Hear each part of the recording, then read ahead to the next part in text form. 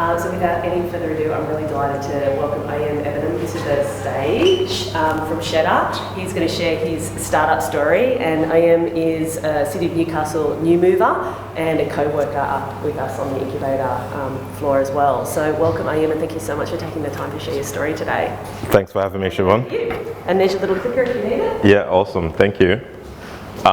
Thanks everyone for coming. My name is Oyem Ebinum, as mentioned. I'm from a company called Sheda. I'm just going to, this is going to be a casual conversation talking about how I came to developing this company and my journey along the way. So it's not very long, but hopefully it can be interactive, and if something piques your interest towards throughout this, and there'll be a Q&A after, and we can have a chat. So we'll start off by just acknowledging traditional owners of the land, and on which we meet, and pay our respects to elders past, present, and emerging. I'll tell you a little bit about Sheda. Sheda means to create in Yoruba, which is a language in southwestern Nigeria, and we are our mission is to use design and technology to improve health outcomes for people and planet. Very simple mission. What do? We are designers, strategists, engineers that collaborate with health practitioners to design and deliver digital product strategies and organizational transformations.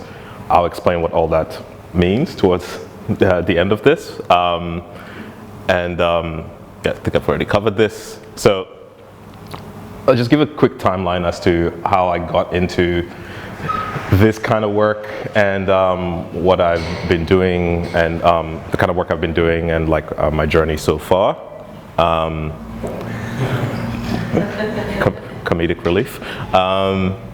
So it's kind of this timeline I'm just going to cover is kind of like my early years, when I graduated from uni, how I started experimenting with startups, the initial startup I started and company I started, and how we got to Sheda at this point in time. Out of uni, I had the privilege of working with a lot of digital marketing agencies, so Clemenja, DT Digital, Isobar. These are all big digital marketing agencies, and this is the earliest, 2008. And in these days, we were still trying to figure out how to get people to buy stuff on the internet, how to convince people that this toothbrush is the best toothbrush. You see an ad on TV, there'll be a campaign online. There was no Facebook back then. So how do you get people how do you market to people effectively and get them to take action? So my job was a software engineer out of uni. I studied distributed computing at Monash, and so my job was to take these ideas that creatives had and build them. So usual client brief will come, oh, we want to do this cool ad campaign for this gum. All right, cool. The designers come together and create this amazing looking website, and then we have to translate it. And these are the days of Internet Explorer. I don't know if you know what that is, but it was a nightmare to work with. And so that's how I literally cut my teeth in software engineering, learning how to figure out how to get animations to work without trying to use Flash. Again, if you know what Flash is, and also get people to take action. And one thing I noticed from working with all these companies is there were a lot of great ideas. And the thing about creatives and ad people is they come up with really interesting ideas, but a lot of them usually failed on impact. It's the client might be happy with the outcome in terms of it looks good, but it wasn't. No one used it. No one engaged with it. No one did anything with it. And for me, that became a frustrating cycle from moving from company to company to company, because as the engineer, you're the coalface. You're the one that they're pushing to deliver. They're pushing you to deliver things. So you'd spend a lot of time building this thing, and then no one would use it, which was for me absolutely frustrating, and kind of felt like, well, why am I doing this? What is the meaning of life? So that kind of pushed me to to start looking at how do I craft product experiences customers love that prompt behavioral change and is commercially sustainable. This became like my goal or my career aspiration. It's like, I don't want to just build things for building's sake. I want to build things that people use. I want to build things that are also commercially sustainable, because there's no, in my world, there's no point spending 6 months of your life building a thing that no one's going to use, or not being able to experiment or change directions. And so that kind of led me to, while I was at my last big digital agency, Deloitte, it kind of led me to do a lot of startup weekends. I don't know if everybody know what a startup weekend is? It's like, yeah, okay. So I had a full-time. Startup weekend. What is that? Oh, thanks for speaking up. So startup weekend is an idea where you come together over a weekend. A group of people come together over a weekend. You come up with ideas, and you have to develop an idea in a weekend and pitch it. So you start on a Friday evening, and then Sunday afternoon, you have, some people have prototypes, some people have gone into market, some people have sold it, and you have to pitch it, and you don't win anything. You just win the recognition of your peers. But it was good fun. It was so I did a lot of those. I do my day job during the week and be doing startup weekends or jams every weekend, and that kind of cut my teeth on, like, okay, how do I iterate? How do I pitch? How do I talk to customers, in a very condensed form? And it was really exhilarating. And so in that meeting people, I kind of come across this book called The Lean Startup, which I'm sure everybody knows, but if you don't know, it's a great book. It talks about how to develop products and services quickly and how to validate them. And also a book called The 4 Steps to Epiphany by Steve Blank, which is also an awesome book on product development. And in that startup experimentation phase, as part of my master's thesis, I actually came up with a product called Hive, which was a way for people to carpool together using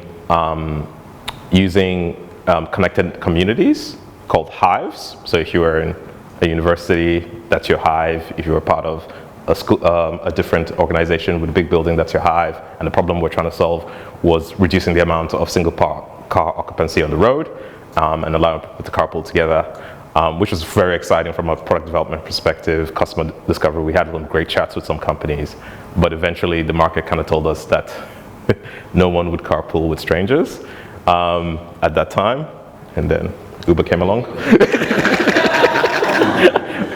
But also, that was also a good lesson in realizing that, ideas are great, but if you can't sell them or you can't get people to give you money, then, they might just be dead in the water.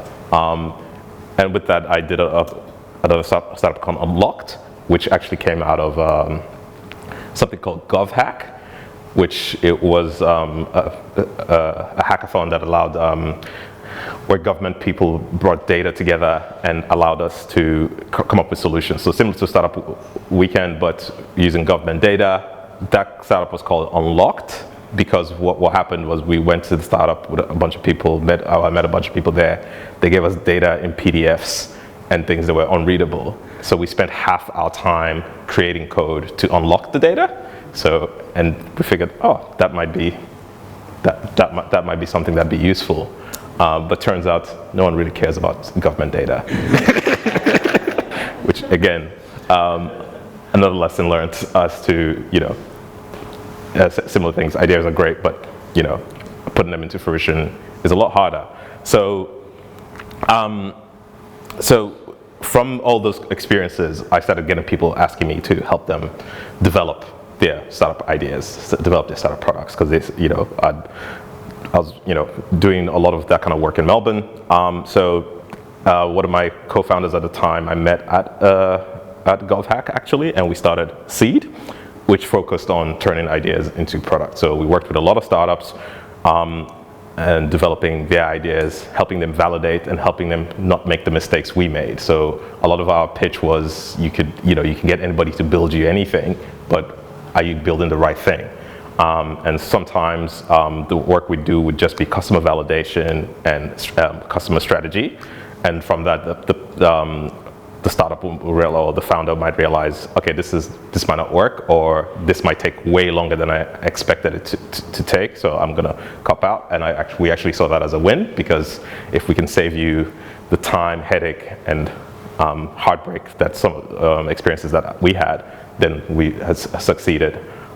So 4 years into that, we decided my co-founder left, and I decided to pivot and focus more on digital health, and that's how Sheda came about. We changed the name of the company to kind of reflect values that were more aligned to me, and we kind of doubled down on the idea of how do you develop things that were impactful to people, but also make them commercially sustainable. So some of the things we worked on were, one of the things we're quite proud of is this project called, which was called HELP.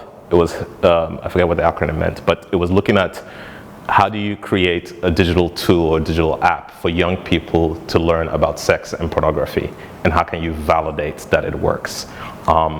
Which was an interesting project, because what we did was work with researchers from the Burnett Institute. So they were experts at sexual health literacy. We were experts at product development. We did a very extensive co-design process. Co-design just means you engage with the people that you're designing for. So we actually had a group of 16-year-olds to 20-year-olds.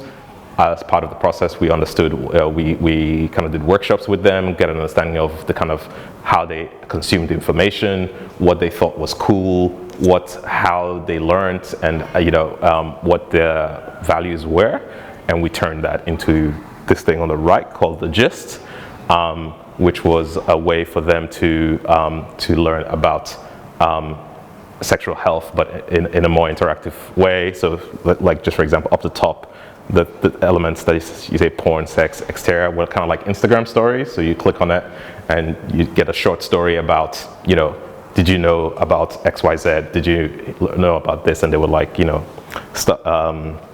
hot or not, or like, yes, true or false, or I forget what we called it. But it was kind of like a Tinder kind of swiping thing where you would put facts up to them and they would engage with it. So the idea behind this is not to have like a static blank website where no one's going to engage, but this is things that are interesting that allows them to be shareable and actionable, which is really cool, which we got validated by researchers at the University of Melbourne to check the efficacy of it, and it was kind of pretty good feedback there. Another thing we worked on was a way for dietitians and nutritionists to engage and deliver healthcare.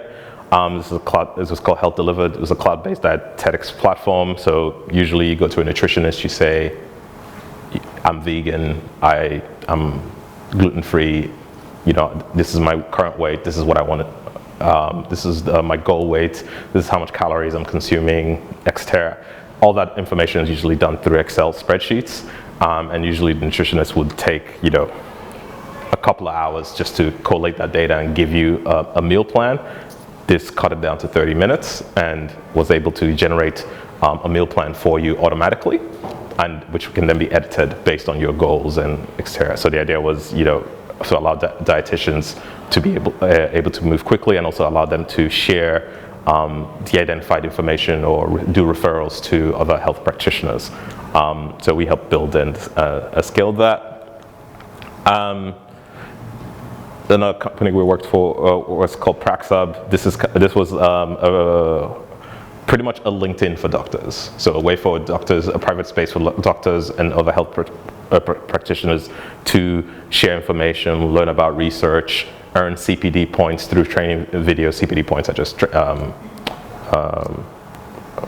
what's the that's it. Professional development points for them, which was an incentive for them to engage on the platform and use it. This was also another project that we're pretty proud of. We worked with the Center for Innovative Justice at RMIT to look at how the tolls and infringement system was affecting marginal people. This kind of came out of reports into domestic violence against women. They realized that a lot of marginalized women could be affected by the toll system because they're moving from place to place. They don't have an address. They go through a toll road. A fine gets sent out. It doesn't get to them, and then it balloons into this huge, ridiculous cost. So our job was to work with the CIJ from RMIT, to work with community health practitioners, to work with community lawyers, the toll system, to kind of map out what the system looked like, because the problem would be no one thought it was their problem. It would just be like, yeah, you know, it's with the Justice Department now, it's with the sheriff or whatever, and they didn't see the impact of the system. So what we did was we create a huge map there, which kind of probably covered half this, by talking to all these different stakeholders and mapping out this is how the system worked, and then brought everybody in the same room and to first get an understanding of, hey, this is actually how the system works. Well, this is how we think the system works. Can you validate that? And by bringing all these different people in the same room, it meant we were having conversations as how can we fix it. And some of the outcomes of that was the toll provider actually stopped referring people to the sheriff's department automatically. They started having internal processes to try and recover fines and reduce the amount of fines they're sending exterior. So that was an example of how engaging in what's, you know, the buzzword is human-centered design, taking a human-centered design approach to actually engaging with people helps in delivering and developing services. So this is something we built with the Center for Alcohol and Policy Research. So this was looking at how do you create a digital intervention for women 50 years and over to help them be aware of their alcohol consumption and help perhaps incentivize them to reduce alcohol consumption. So some of the models for behavioral change research shows that for someone to change a behavior, you need to first make them aware of it and make them conscious of it, and then provide them with strategies. So this was kind of like a simple check-in app where we'd send an alert to them saying, hey, you know, because they signed up to be part of this research. You send an alert to them and you say, and you ask them to check in, and they check in like 2 or 3 days a week and say how much alcohol they're consuming. That comes up on a graph, and based on that, we then provide different videos, articles, that kind of stuff to kind of get people to engage in behavior change. And the cool thing about this project is that we kind of created a backend system that tracked. We had like a control group and experimentation group. Some people got the intervention, some people didn't. Some people just got text messages, and we were able to see, okay, which did this actually work? How did it work? How did it change behaviors or change perceptions on alcohol consumption, which was kind of cool. So that's a bit about me, and if you have questions, happy to take them. Thanks. Thanks, Oyem. We might just lead with some questions first from Rego, and then we'll go to the people in the room, if that's okay. So yeah, grab a seat, Oyem. Thank you so much for that. Some really fascinating projects that you've worked on, and I know there's lots of researchers at the University of Newcastle that we need to get you in contact with, because they're often coming up with ideas for their research projects or the findings of their research. Yeah. So around that, I might start off with some challenge-related questions. Sure. So Justin Horn, who's in the room, has asked, can you please share with us the process you went through of finding the right problem to solve? So you talked about startup weekends as kind of like cutting your teeth, I guess, in that. Yeah. What was some of the processes you learned in startup weekend, or even with establishing your own companies? I think it sounds very simple, but just talking to people. It's as simple as talking to the people that you think have the problem, and more importantly, listening to what they say and allowing them to kind of guide you through their process. Is actually, one of the best things you could do is actually just see if someone would allow you to walk beside them while they do an action, so you can actually understand their pain points, because sometimes it's hard for people to articulate.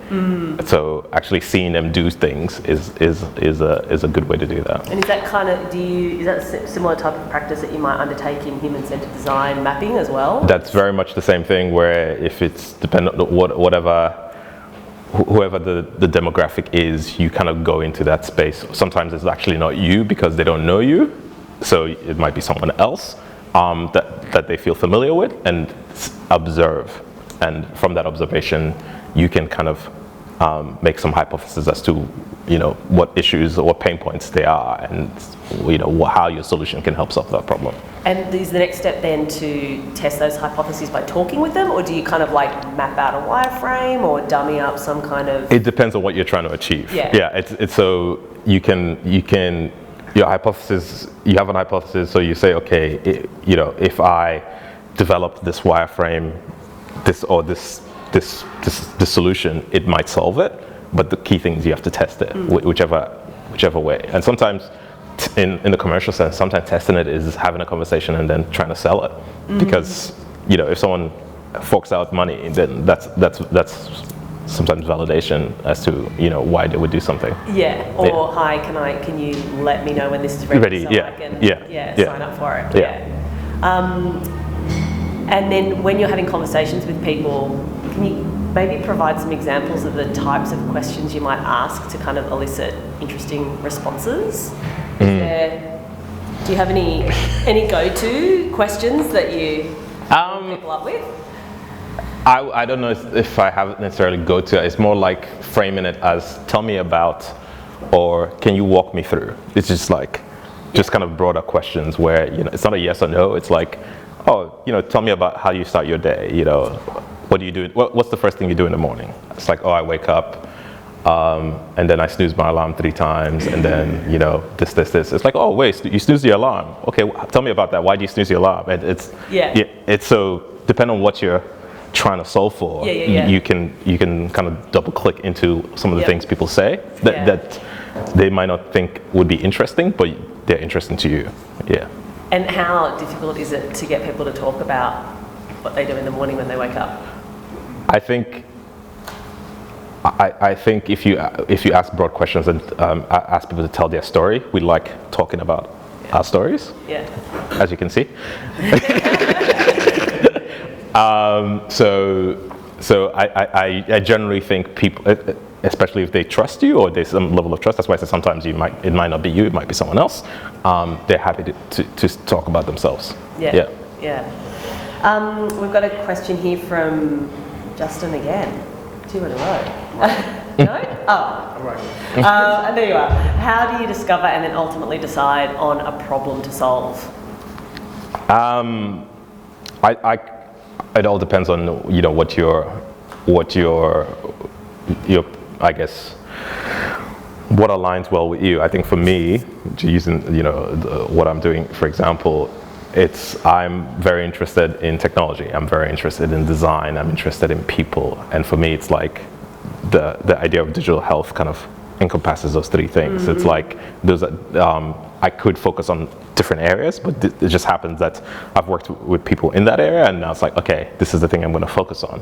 So I think it should ideally it should be things that align with what your interests are and what your skills. Not even if not your skills, what your interests are, and you can learn the skills to kind of get to that. So I really like how your mission, your career mission at the start, has actually become true. Yeah. You've figured out how to make a difference sustainably. Yeah. So that's how I generally approach things. It's like, what is the thing I want to achieve, and then sometimes it's not a straight path to get there. You might do something else, but it's still front and center in your mind as you go about it. So problems, there are many problems to solve. So the question is, which one do you want to spend your time and your efforts on? Yeah. Yeah. Some technology-related questions. So this is from Irma from the University of Newcastle, and they're asking, can you tell us about blockchain applications? Which are the best to use, and what did you find beneficial or essential for your business? I have dabbled in blockchain. I'm not an expert. Okay. Yeah, so I don't have anything to necessarily add. Did we promote blockchain? Have you used it as part of your solutions that you've developed? We've redone research in blockchain for some people, Okay. and we've kind of come up with hypotheticals, nothing concrete necessarily. So, yeah. Yeah, okay, interesting. All right, so Janaea from New Tech People, who's also in the room, has asked, which technologies were essential for your startup? That was me, by the way. So can I get more context to what you mean? Sorry, what was my question again? Which technologies were essential for your startup? Oh, I guess, did you study a particular degree at university that helped you with app development, or? Well, yes, I studied computer science. Okay. So that kind of, it's a broad category, computer science. So you can specialize in apps, you can specialize in server-side development, you can specialize in whatever. But that's kind of like the baseline of what I studied. So that's come in handy in every. What's happening? Just trying to get Okay. Yeah. So technology is contextual. It's like what are you trying to do, and then sometimes technology, based on what you know, based on the problem you're trying to solve, then it's kind of assessing, does blockchain make sense? Probably not, but but yeah, that's kind of how I would assess technologies. So yeah, I'm kind of technology agnostic, if you will.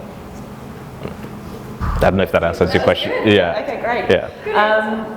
We've got a question here from Kelvin from Lycode, and Peter Morrissey from HunterNet have asked a very similar question.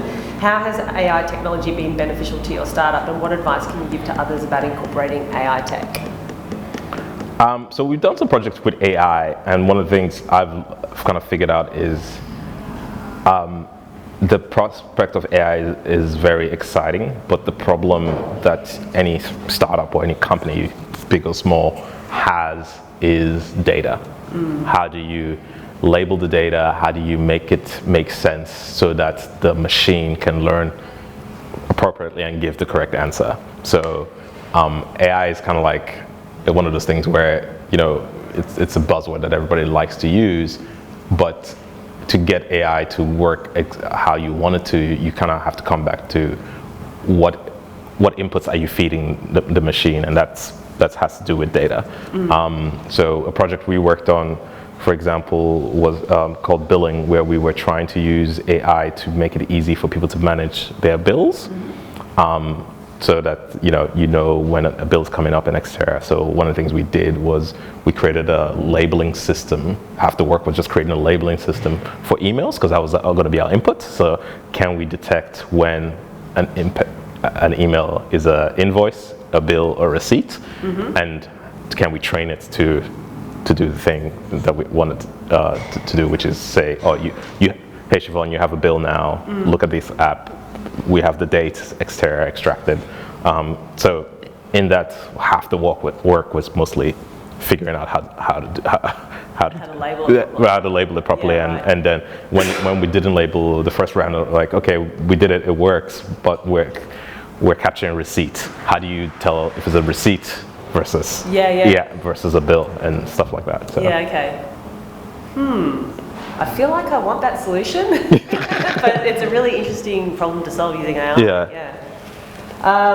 The next questions we've got are around business-related questions, and this is from Ray Young, and he's asking, what advice would you give to other startups?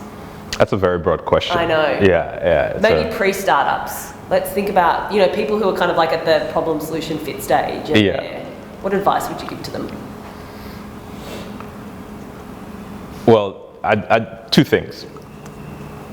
Number one, doesn't matter what the startup is or what you're doing, the most important thing is to take care of yourself, because I preface that because people tend to, go all in the startup land, and then they burn out and all that. And so it's important to make sure that you're physically, emotionally, all that healthy, because that kind of will play into the work you're doing. And then second thing is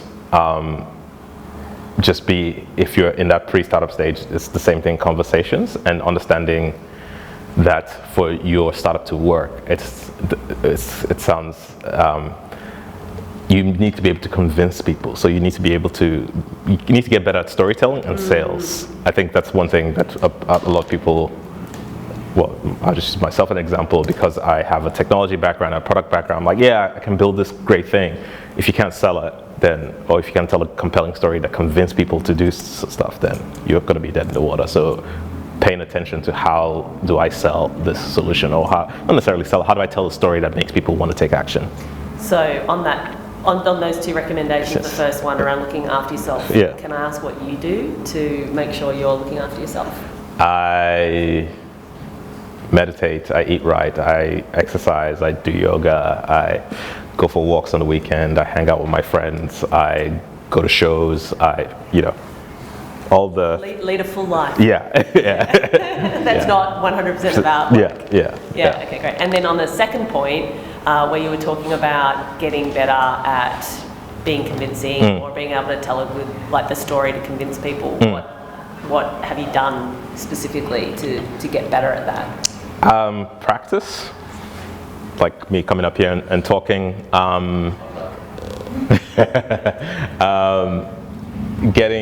It's just practice. It's kind of seeing how you can be a good storyteller in every conversation. So I read a book called To Sell is Human by a guy called Daniel Pink. Yep. And he kind of he says that we're all in sales with a conversation. You're trying to get a job, you're in sales. You're trying to get a promotion, you're in sales. You're trying to ask someone out, you're in sales. So so the point is, you're always selling, and it's not selling in the sleazy way. It's more, we're always trying to connect with each other, and some of the best ways to do that is through storytelling. And by being a good storyteller, you're forming connection, means you're more likely to make a sale. Yeah. Okay, that's some great recommendations there. Matt Barry from Activides asked, what is Sheda's approach when engaging with user research and solution validation? Who's the customer? Where do they sit?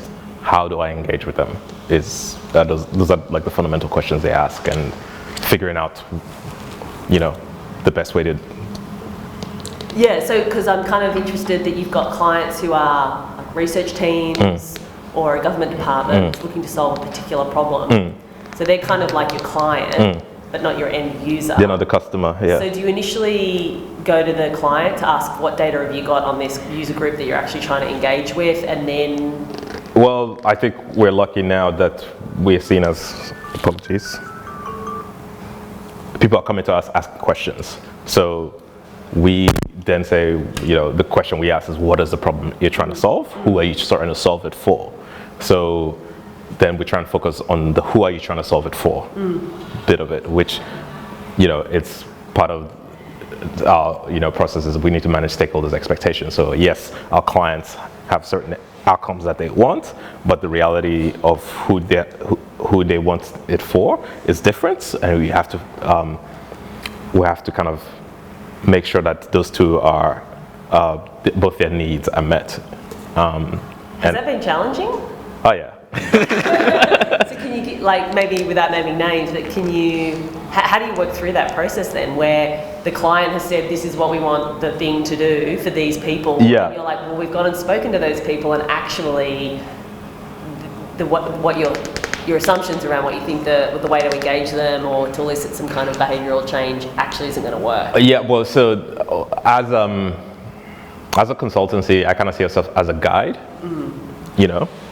If we go in and we say, this is what your customers want, this is what you said you want, this is what you said you're trying to achieve, this is what your customers want, here are possible solutions of how you could get it, we're the guide, you choose. Yeah, okay. Yeah, so in that case, I'm not going to take on that responsibility because, we're just a guide. Yeah. So it empowers them to make that decision for themselves. Yeah, nice. Yeah. I like that. Another question from Matt Barry is, what form of user research do you find generates the best and most valuable insights? As I said, either speaking to people or watching them do things. So Yeah. actually, getting people to perform actions is sometimes a lot more powerful than speaking to them, because what people verbally say versus what they actually do is sometimes incongruent. And can you, diving a little bit deeper, because I guess you've got the benefit of being able to build technical app prototypes, for example. We get there's a lot of people out there that have really deep domain expertise in a particular field, but they don't have the technical expertise to actually build a prototype app, or even, so they're drawing wireframes maybe, or doing something on a no-code website to kind of generate what it might look like. Yeah. Can you provide some maybe insights into how people in those kinds of situations could better utilise those sorts of tools to get people doing actions to see how things work?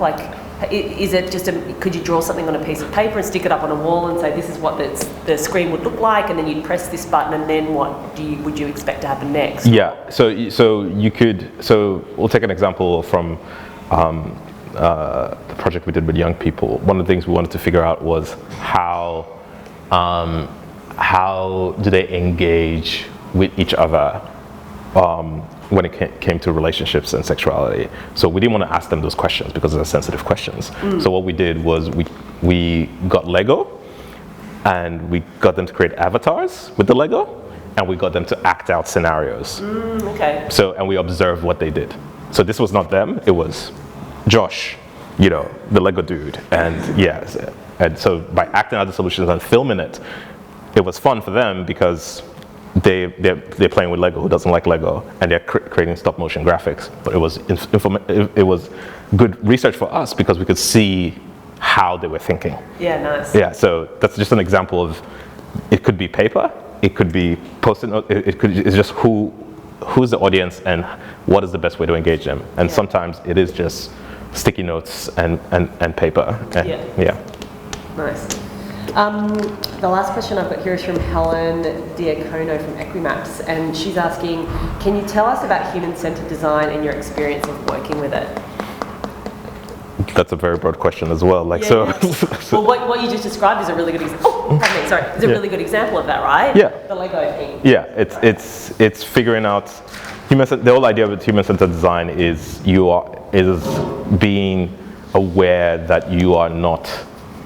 You don't have the solutions, and looking for the people with the lived experience to guide you on solution development. They might not be as you said, they have the domain expertise. They don't have the skill set of how to bring it together. So your job is to figure out how to engage with them, empathize with them, understand their context, their limitations, and then figure out how to design a solution that works for them. So to use a very simple example of human-centered design is, those, do you know Heinz ketchup? The old school Heinz ketchup that came in a bottle? Yep. How hard was it to pour the ketchup out? It was ridiculous. And then someone came up with the squeezy bottle. Yep. That's human-centered design. Yeah. Or I believe it took them that long. Or even the sachets. You remember the sachets? You'd have to, and you spill everywhere. So someone says, "Oh, you know what? We'll just do the squeezy thing." Yeah. Human-centered design. Yeah. Because for the squeezy thing, the sachet. So the context of the sachet is, I'm on my way. I need ketchup. I just need a small bit, right? Yeah. Usually, you're going into a car, something, and then that's your context. You don't have time to be doing this. Yeah. This makes it easier for you. So.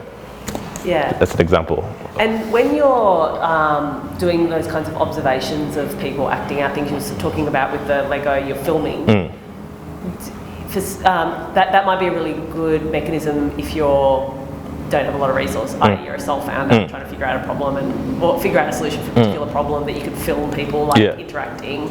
But as a broader team, do you actually have others in the group in your company that would observe what's absolutely. going on? So someone might be facilitating and then there's others that are actually observing. Absolutely, yeah. And so what kind of insights have you seen, like what experience has that been in sort of having observers interpret what they've seen is different to another observer in the room? Has that happened before where, Sorry, what do you mean? You're watching someone kind of interact or do something with a prototype, or they're telling the process of how they do that.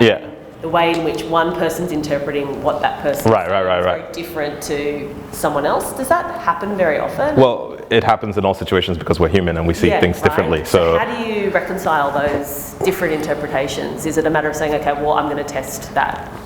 Exactly. It's figuring out. It's like right. It's not about who's right. It's like multiple things can be true. Multiple things can be true, and it's figuring out, okay, which one of those do we prioritize based on what we're trying to achieve? And sometimes you get it right, sometimes you don't. The idea is it's why it's called the hypothesis. It's like we think and then we experiment to test it to see if it works. Beautiful. All right, we're going to go to the room now. Has anyone else got any questions? I got two. So first one, how do you define being commercially sustainable with products? Because obviously technology grows pretty rapidly. So how do you define the sustainability? People pay you money for it.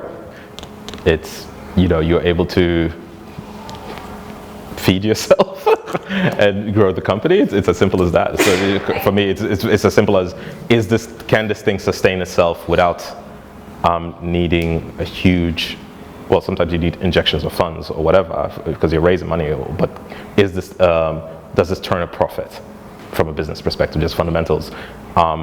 You're providing a service, people pay you money for it, and your outgoings are low enough that you can keep providing service continuously. So like the longevity of the platform, etc., isn't really factored in, or? Well, that's a broader question. Something might be profitable, and someone might decide to stop doing it. Those are two separate decisions. It's more like, is this commercially sustainable from a purely, are we making profit from this? Does that answer your question? Yeah. I think I was on like a different brainwave, but that does answer it because I was sorry. Yeah, I was going to say on top of that though, what's the smallest pot you'd go for? Like, what's the smallest price? That's probably a better way of asking, because I think I'm on your brainwave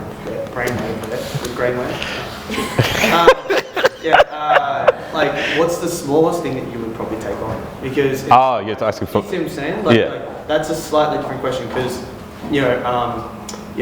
something could be profitable, but if you're only going to make like $30 off it, right, then that's not really. So you're talking about for me personally, what would be too small of a price for you to go for?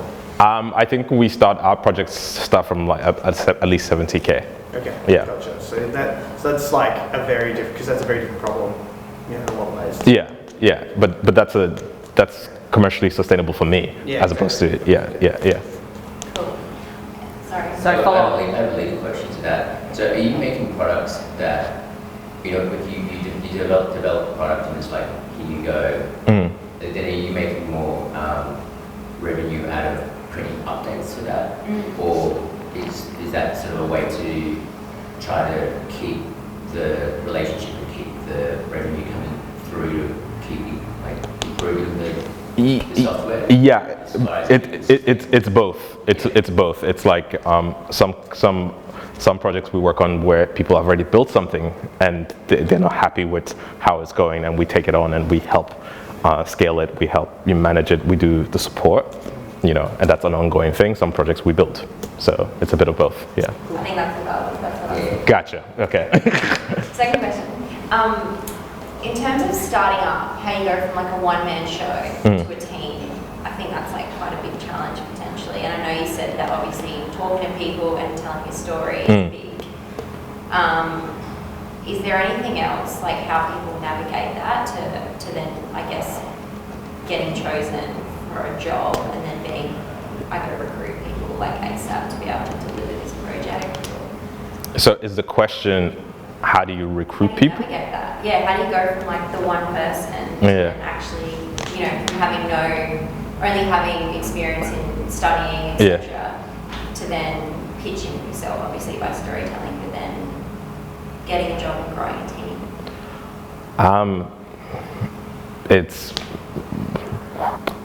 I tend to look at it differently. I don't think growing a team is difficult. I think sales is harder. So if someone has decided to pay you, you'll figure out how to do it. That's just that's my view. Obviously, you have to have the skill set extra to back yourself to do that, but it's much harder to get someone to give you money. So focus on the storytelling Yeah. to get a job, and then you can figure it out. Yeah. Yes, JD. So every startup, being a business owner myself, every startup, like there's a point where there's a sticking point, and it could be the sort of the one-man band, sort of in your bedroom, kind of trying to do sales on the phone and pitching big projects. For you, in that like maybe define what that sticking point was. It like, how do I get from me just being in my house to trying to be able to create revenue, be able to afford an office and afford all that stuff? Every startup has that sticking point. What did you do to kind of get through that threshold and finally sort of get on the other side and to create momentum? I think to me it's more incremental builds as opposed to big bangs, because the idea is like people think I'm going to have this big project and then everything's going to be fine. Probably not. It's like if you're starting up just yourself, is figuring out, okay, what is the value that you're providing in the market that makes you competitive and makes people want to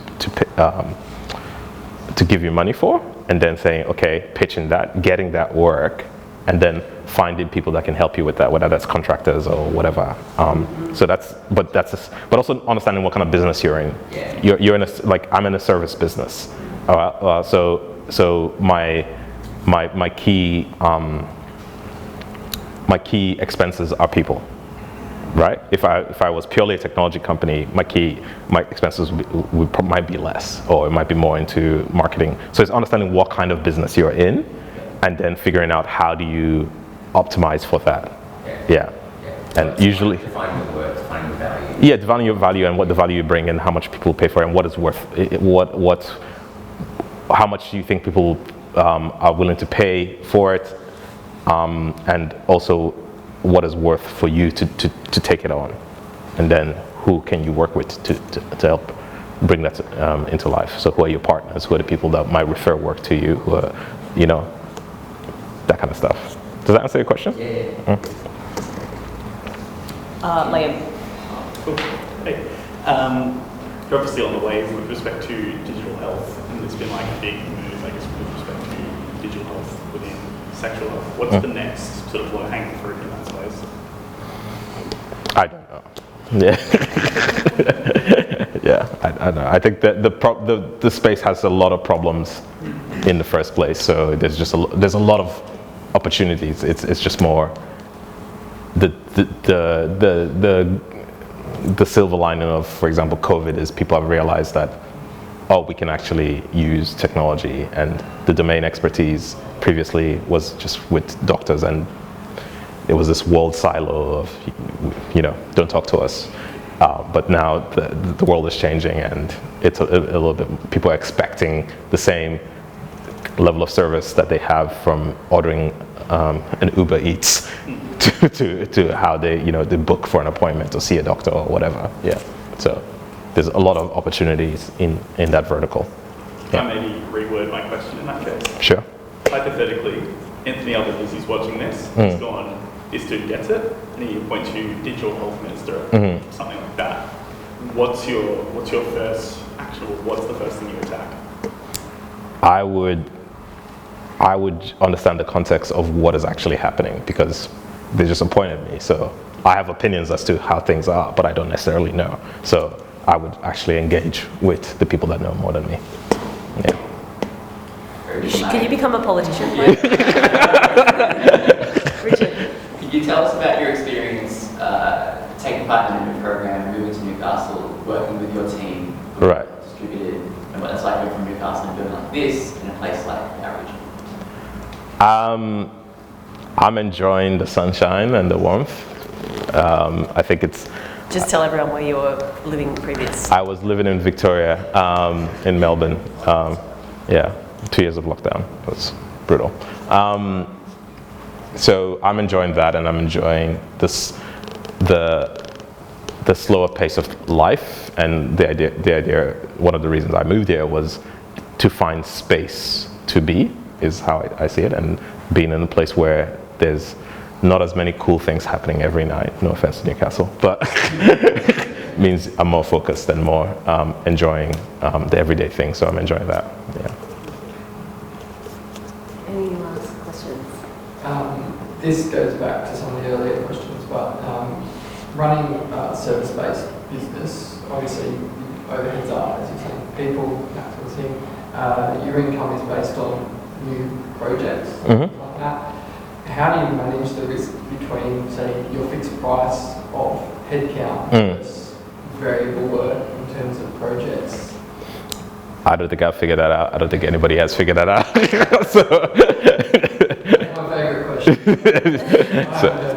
so it's you know, it's I tend to, I think, well, if you, well, to kind of piggyback off his previous question was like, okay, what's your minimum rate? So because I know what my minimum rate is as to the kind of engagements I want to have, it means I figured out what is worth for me to take on a project versus and have people there, because I know it's a service-based business. So it's like, okay, this is my minimum, and if it's not matching that, I need to find someone that can match that or change my business.